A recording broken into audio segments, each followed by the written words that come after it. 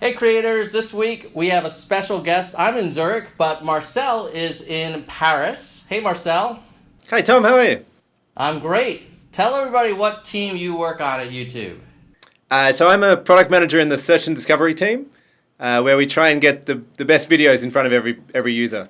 Great. And you are, many creators may not know this, but you are very well liked, I think, by a lot of them, even if they don't know you, because you are the man behind Creator on the Rise. Is that right? Yeah, maybe. I feel like it's sometimes we're maybe a little bit disliked because we're also the team that does trending, and everybody's like, "Why is this trending?" But yeah, Creator on the Rise was seemed to be very popular with creators, which we're super happy about. So what's the backstory on that? Why did you, when did you start thinking about that project and why did you want to do it? Yeah, actually, it came from a couple of different places at once. We had some people at VidCon. There's lots of YouTubers go to VidCon to connect with the creator community. And talking to people there, there was this kind of feeling of, how do I break through? I'm a small creator. I'm super excited about what I do, but YouTube's really big. How do I break through?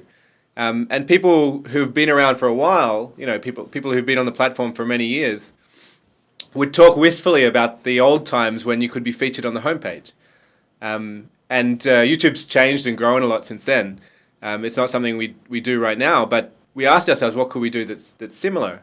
And at the same time, after we launched Trending, we got some feedback both from creators and from users that they would love to see more small creators. They'd love for Trending to be a place where they could find a cool new channel. So both from the creator point of view and from the viewer point of view, we asked ourselves, what can we do to highlight more small channels? And that's really where Creator on the Rise came from. So how does it work?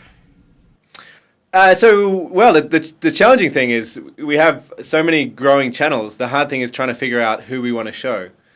So we built an algorithm to try and detect channels that were really experiencing a bit of burst of growth that reflected, something that's really coming out strongly from the creator community. Um, and so we have an algorithm that goes through and calculates the best candidates. And we have some, excuse me, we have some people who have a look at that list and make sure that these really represent YouTube and what YouTube's about, and that we're excited about them.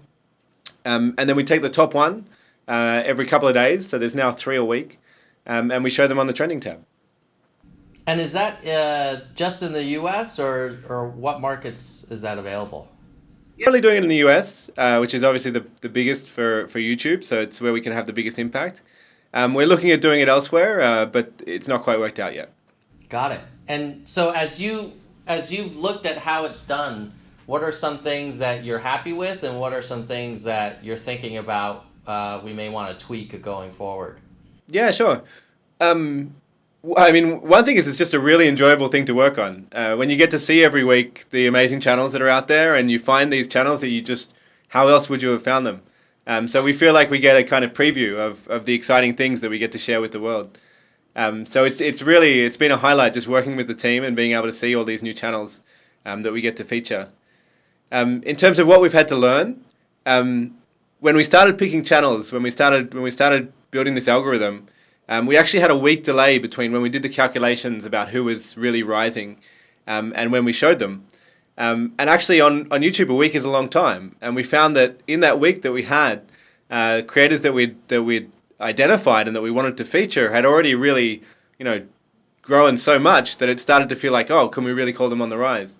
So one thing that surprised us is we actually had to shorten that window. We had to make the whole process much faster in order to make sure that there was really only a day or a couple of days between when we identified them and when we showed them on trending.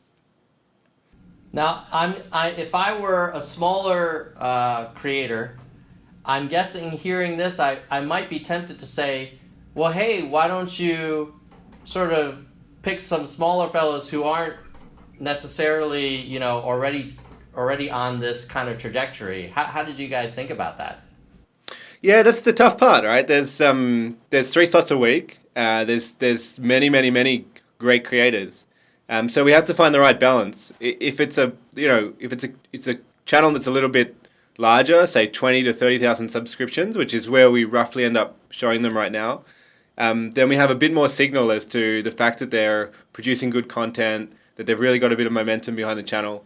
And we feel like we're really giving a boost to somebody who's already having a little bit of success. We could go smaller, but it's less clear for us that any given channel is going to be successful. And so, from the viewer point of view, like when we think about what we're showing our viewers, it's a bit more hit and miss. So it's something that I think YouTube could make more space for less than 10,000 subscription channels. For maybe even let's look at who crossed 1,000 subscriptions today. These are things that I think we could do more of on YouTube. But with Creator on the Rise, we feel like the sweet spot. Even though people are eligible after 1,000 and up to 50,000 subscriptions, the sweet spot has really turned out to be between about 20 or 30,000 subscribers. Got it. Now, one of the things around this topic of whether creators can make it is this metric that I think you shared with me earlier around how many creators are sort of amassing a certain number of subscribers each day. Well, what does that look like to help us get a sense of, okay, is there a new crop of YouTube creators kind of popping up all the time? Yeah, I mean, I think you know these numbers better than me, Tom. But the one that we talked about when we launched Creator on the Rise was that we have more than 1,000 creators passing 1,000 subscribers every day.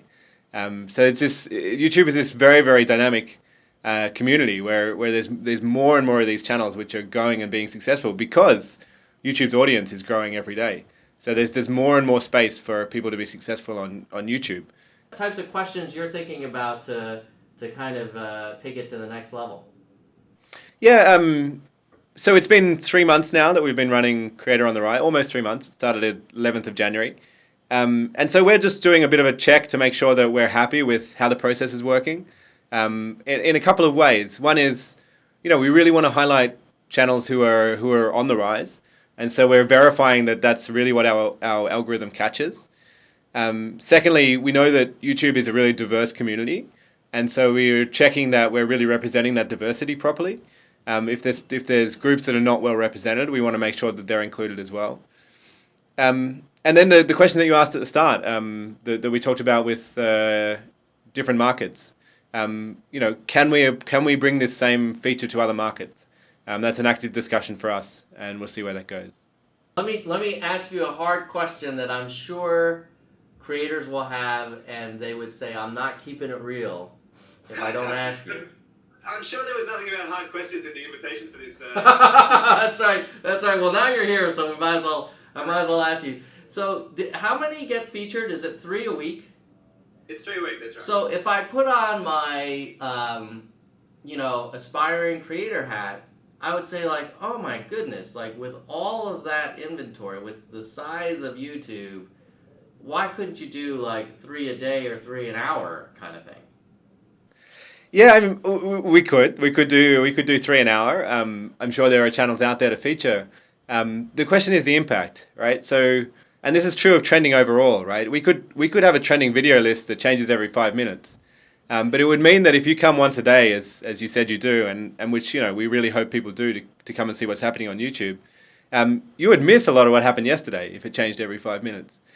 And it's kind of the same with Creator on the Rise. Actually, when we started talking about it, we thought of it as Creator of the Day, because we really wanted it to be like a significant moment for that creator. So we're trying to find the right balance between how many creators can we celebrate, and how meaningful is it? Like how long do they appear? How long can they talk about it and share that limelight with their community and with the rest of YouTube? So yeah, there's definitely a balance there. We realize that's an important trade-off. Yeah, that makes sense. I guess I hadn't thought about if you're only there for an hour, you're not going to get nearly as much benefit as if you're there for a week. Yeah, that's definitely the case. Awesome. Well, Marcel, thank you so much for spending time with us. Really appreciate it. Pleasure. And folks, if you have any other questions, go ahead and put them in the comments. We'll try and get to as many of them as we can. And hopefully this was helpful. Keep it real. Thanks, folks. If you enjoyed this video, don't forget to subscribe right here. This is our first end screen where it's me in person and then another person who's like through a screen that's now making an end screen. Not awkward at all. Boom. Bam. And then there's some videos down here. The hell